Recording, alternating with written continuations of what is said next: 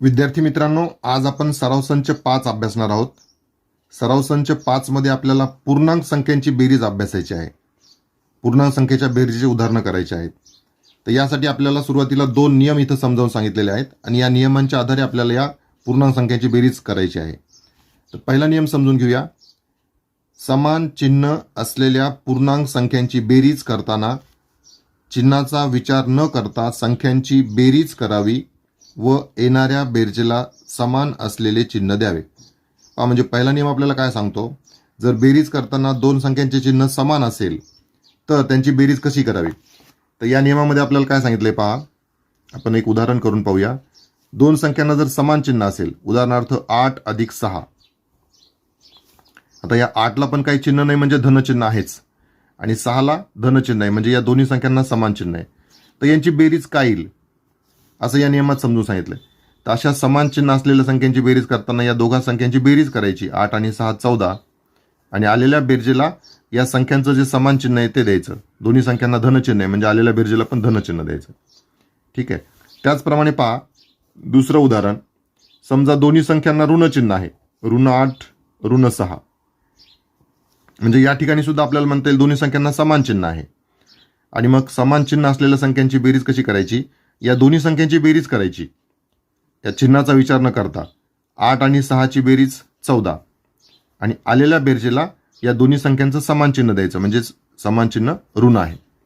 तर अशा प्रकारे 8 आणि 6 या धनसंख्यांची बेरीज धन आली आणि -8 -6 या ऋण संख्यांची बेरीज ऋण आली. ठीक आहे. तर अशा प्रकारे हा नियम आपल्याला एक समजून सांगतो. समान चिन्ह असलेल्या पूर्णांक संख्यांची बेरीज करताना चिन्हाचा विचार न करता संख्यांची बेरीज करावी व येणाऱ्या बेरजेला समान असलेले चिन्ह द्यावे. ठीक आहे. तर यावरून आपल्या लक्षात आलं की दोन्ही संख्यांना धन चिन्ह असेल तर त्यांची बेरीज धन येते, दोन्ही संख्यांना ऋण चिन्ह असेल त्यांची बेरीज ऋण येते. त्यानंतर आता दुसरा नियम आपण समजून घेऊया. पहा दुसरा नियम काय सांगतो, भिन्न चिन्ह असलेल्या पूर्णांक संख्यांची बेरीज करताना चिन्हाचा विचार न करता मोठ्या संख्येतून लहान संख्या वजा करावी व येणाऱ्या वजाबाकीला मोठ्या संख्येचे चिन्ह द्यावे. म्हणजे जर समजा आपण उदाहरण करताना 2 संख्यांना भिन्न चिन्ह आहे, उदाहरणार्थ 8 - 6 अशा प्रकारचं आपण उदाहरण घेतलं. म्हणजे यास इथे 8ला धन चिन्ह आहे आणि 6ला ऋण चिन्ह आहे म्हणजे दोन्ही संख्यांना भिन्न चिन्ह आहे. अशा जर भिन्न चिन्ह असलेल्या संख्या असतील तर अशा वेळेस काय करायचं, मोठ्या संख्येतून लहान संख्या वजा करायची. 8 मधून 6 गेले 2 उरले आणि आलेल्या वजाबाकीला मोठ्या संख्येचं चिन्ह द्यायचं.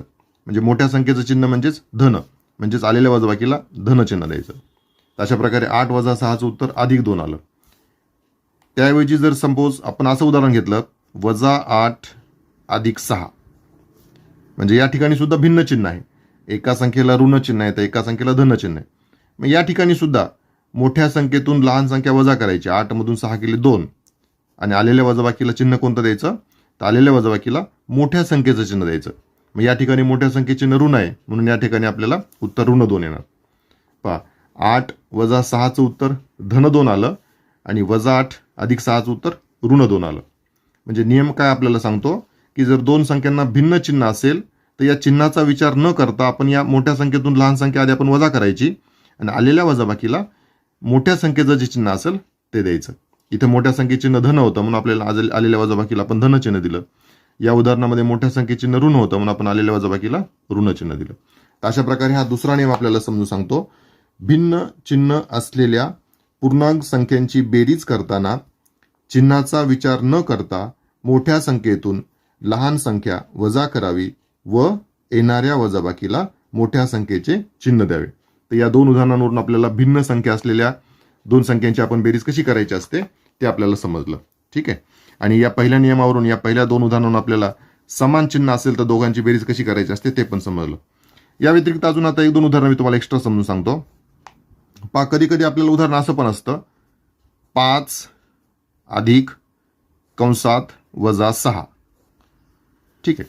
मग आता हे उदाहरण कसं करणार, तर या ठिकाणी आपल्याला एक चिन्हांच्या गुणाकाराचा पण नियम माहीत पाहिजे. हा जो कंस आहे या कंसाचा अर्थ गुणिले घ्यायचा असतो. म्हणजे अधिक चिन्हाने आपल्याला या वजा चिन्हाला गुणायचे आणि मग अधिकने वजाला गुणल्यानंतर गुणाकार काय येतो त्यासाठी एक नियम आपल्याला माहीत पाहिजे. अधिक चिन्हाने जर आपण गुणलं वजा चिन्हाला, म्हणजे अधिक गुणिले वजा, तर अधिक गुणिले वजा या भिन्न चिन्ह असलेल्या दोन संख्यांचा गुणाकार नेहमी ऋण येतो. अधिक गुणिले वजाचा गुणाकार नेहमी ऋण येतो. ठीक आहे. म्हणजेच या ठिकाणी मग आपण या नियमानुसार थोडं सरळ रूप देऊन घ्यायचं. अशा उदाहरणामध्ये, कंस असलेल्या उदाहरणामध्ये ही पहिली संख्या 5 जशाच तशी, नंतर हे अधिक गुणिले वजा म्हणजेच वजा, अधिक गुणिले वजा म्हणजेच वजा, आणि हे 6 जशाच तसे. म्हणजे आता कंस निघून गेला, म्हणजे हे दिलेलं जे उदाहरण होतं ते थोडं सरळ रूपात आलं, 5 वजा 6.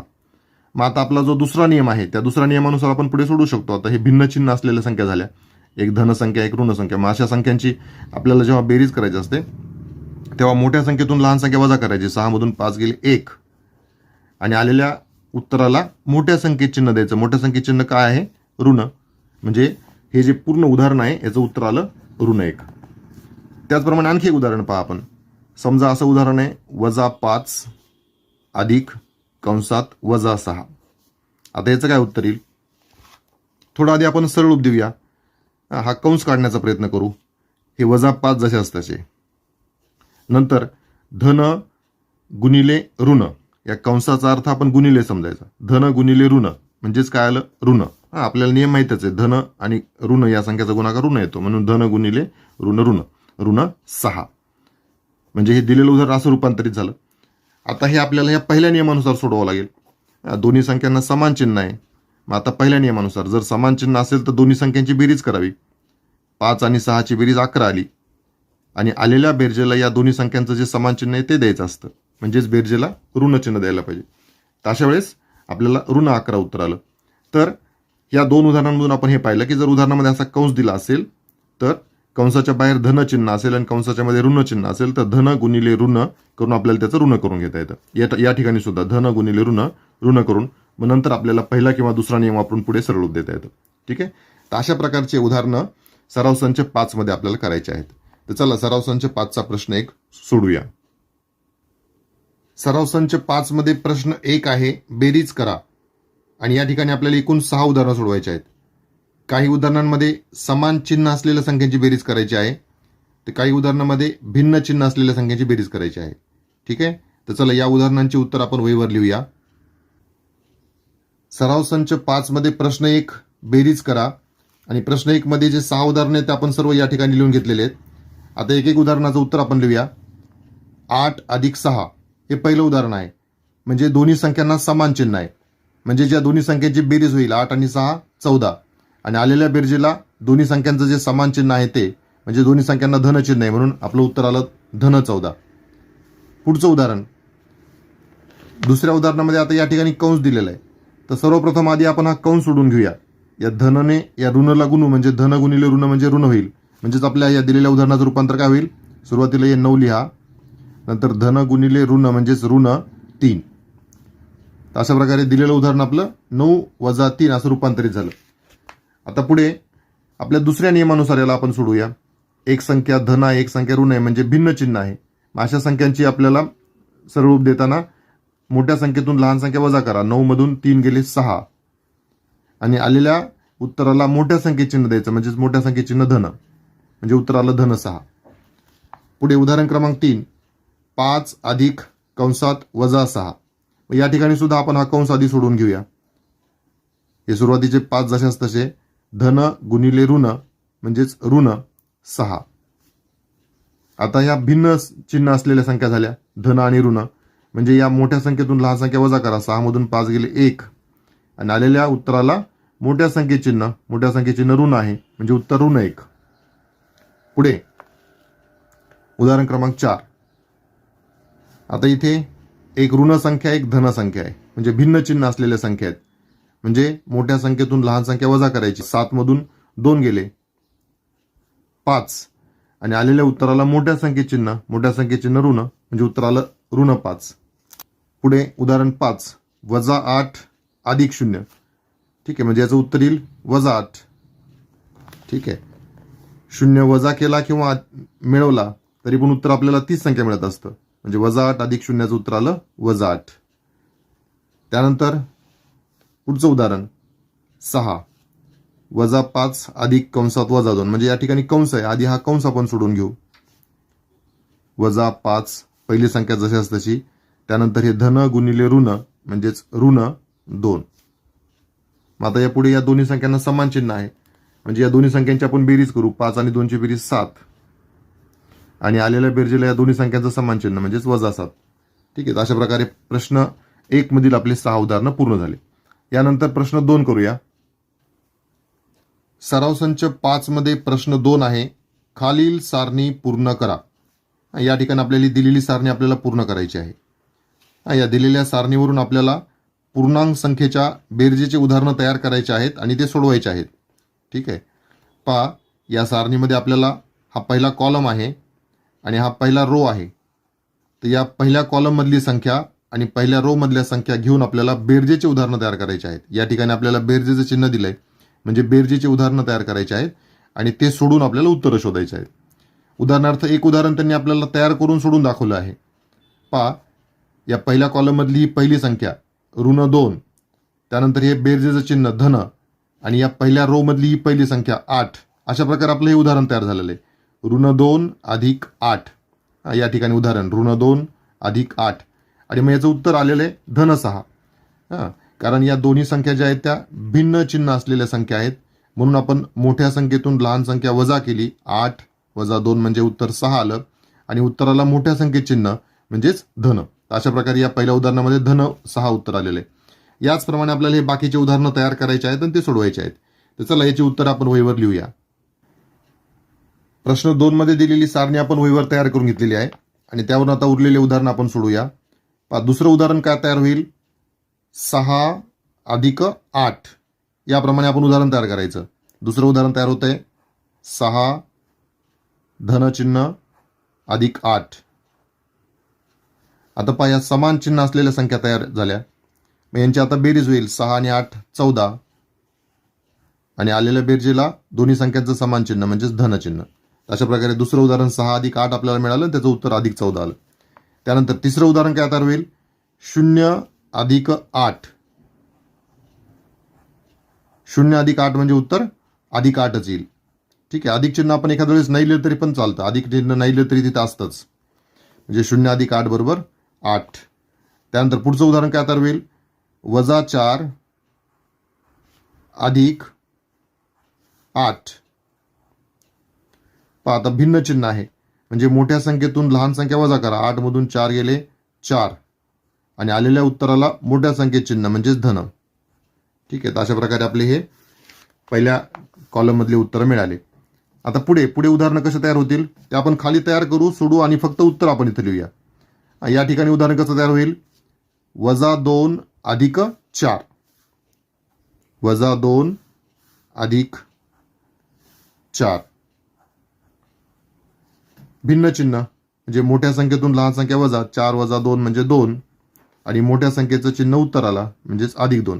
म्हणजे या ठिकाणी आपल्याला -2 अधिक 4 हे जे उदाहरण तयार झालं त्याचं उत्तर आलं अधिक 2. त्यानंतर पुढचं उदाहरण काय तयार होईल? 6 अधिक 4. 6 अधिक 4चं उत्तर काय येईल? 10 म्हणजेच अधिक 10. ते अधिक चिन्ह नाही दिलं तरी चालेल. त्यानंतर पुढचं उदाहरण काय तयार होईल? या ठिकाणी 0 अधिक 4. 0 अधिक 4 म्हणजे उत्तर 4च येईल. अगदी सोपं आहे ते. ठीक आहे. 0 अधिक 4 म्हणजे उत्तर धन 4. ठीक आहे. धनचिन्ह नाही लिहिलं तरी चालेल. या ठिकाणी उदाहरण काय तयार होईल? -4 अधिक 4. चौथं उदाहरण -4 अधिक 4. मग आता या दोन्ही संख्यांना भिन्न चिन्ह आहे म्हणजे याची दोघांची वजाबाकी. 4 वजा 4 म्हणजे 0 उत्तर येईल आणि 0ला कुठलं चिन्ह द्यायचं नसतं आणि म्हणून याचं उत्तर 0. त्यानंतर आता या कॉलममध्ये उदाहरण तयार करू आणि आपण सोडूया. आता या ठिकाणी आपल्याला कसं उदाहरण तयार होईल? -2 अधिक -3. आता या कॉलममध्ये आपण उदाहरण तयार करतोय. पहिलं उदाहरण हे -2 अधिक हे अधिक चिन्ह नंतर -3. आता -3 असल्यामुळे आपण ते कंसात लिहूया म्हणजे अशा ठिकाणी आपल्याला कंस तयार करावा लागतो. मग आता याला आपण कंस सोडून घेऊ. अधिक गुणिले वजा वजा होतं या नियमानुसार आपण कंस सोडून घेऊया म्हणजे याचं सरळ रूप काय होईल? ही पहिली संख्या जशाच तशी -2, त्यानंतर अधिक गुणिले वजा म्हणजेच -3. दोन्ही समान चिन्ह असलेल्या संख्या झाल्या म्हणजे यांची बेरीज 3 आणि 2 ची बेरीज 5 आणि आलेल्या बेरजेला दिलेल्या संख्यांचं चिन्ह -5. म्हणजे या ठिकाणी आपल्याला जे उदाहरण तयार झालं त्याचं उत्तर किती आलं? -5. त्यानंतर या ठिकाणी काय उदाहरण तयार होईल? पहा 6 अधिक -3. उदाहरण तयार होतंय 6 अधिक -3. मेरा सरळ रूप द्या. 6 अधिक गुणिले वजा म्हणजेच -3. भिन्न चिन्ह म्हणजे मोठ्या संख्येतून लहान संख्या वजा केली, वजाबाकी 3 आणि मोठ्या संख्येचे चिन्ह धन म्हणजे उत्तर आलं -3. त्यानंतर या ठिकाणी काय उदाहरण तयार होईल?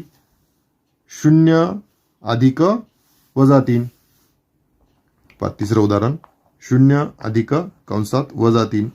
मग सरळ रूप दिल्यानंतर ते होईल 0 अधिक गुणिले वजा म्हणजेच -3 आणि 0 - 3चं उत्तर -3 येईल. ठीक आहे. अशा प्रकारे या ठिकाणी आपलं उत्तर -3 आलं. या ठिकाणी काय उदाहरण तयार होईल? -4 अधिक -3. चौथं उदाहरण हे -4 हे अधिक ही -3 म्हणजे आता इथे आपल्याला कंस करावं लागेल. मग आता सोडूया. -4 जसे असते तसे अधिक कंसाचा अर्थ गुणिले, अधिक गुणिले वजा म्हणजेच -3. दोन्ही संख्यांना समान चिन्ह आहे म्हणजे दोघांची बेरीज 4 आणि 3 7 आणि आलेल्या बेरजेला दोन्ही संख्यांचं समान चिन्ह म्हणजेच ऋण 7. या ठिकाणी आपल्याला -7 उत्तर मिळालं. त्यानंतर आता पुढचा कॉलम. आता या ठिकाणी आपल्याला काय उदाहरण तयार होईल? इकडची संख्या -2 अधिक -5 अशा प्रकारे उदाहरण तयार होईल. ते उदाहरण आपण इथं तयार करू. -2 अधिक कंसात लिहावे लागतील आपल्याला हे -5. ठीक आहे. आता पहा हा कंस आपण सोडून घेऊया आधी. ही पहिली संख्या जशाच तशी -2 अधिक गुणिले वजा म्हणजेच -5. दोन्ही समान चिन्ह म्हणजे बेरीज 2 आणि 5 ची बेरीज 7 आणि आलेल्या बेरजेला समान चिन्ह -7 म्हणजे या ठिकाणी आपल्याला उत्तर आलं -7. त्यानंतर या ठिकाणी काय उदाहरण तयार होईल? पहा 6 अधिक -5. ठीक आहे. 6 अधिक -5. 6 जशाच तसे अधिक गुणिले वजा म्हणजेच -5. भिन्न चिन्ह म्हणजेच मोठ्या संख्येतून लहान संख्या वजा 6 मधून 5 गेले 1 आणि आलेल्या उत्तराला मोठ्या संख्येचे चिन्ह धन म्हणजे या ठिकाणी उत्तर आलं +1 धन 1. त्यानंतर पुढे या ठिकाणी उदाहरण काय तयार होईल ते आधी पहा. 0 अधिक -5. तिसरं उदाहरण 0 अधिक -5. सरळ रूप दिल्यानंतर काय मिळेल? 0 अधिक गुणिले वजा म्हणजेच -5 आणि 0 - 5चं उत्तर काय येईल? -5. ठीक आहे. म्हणजे या ठिकाणी आपलं उत्तर मिळालं -5. आणि आता शेवटचं उदाहरण काय तयार होईल सर्वप्रथम आपण पाहू. हे -4 अधिक -5. उदाहरण आपण तयार करूया. पहा -4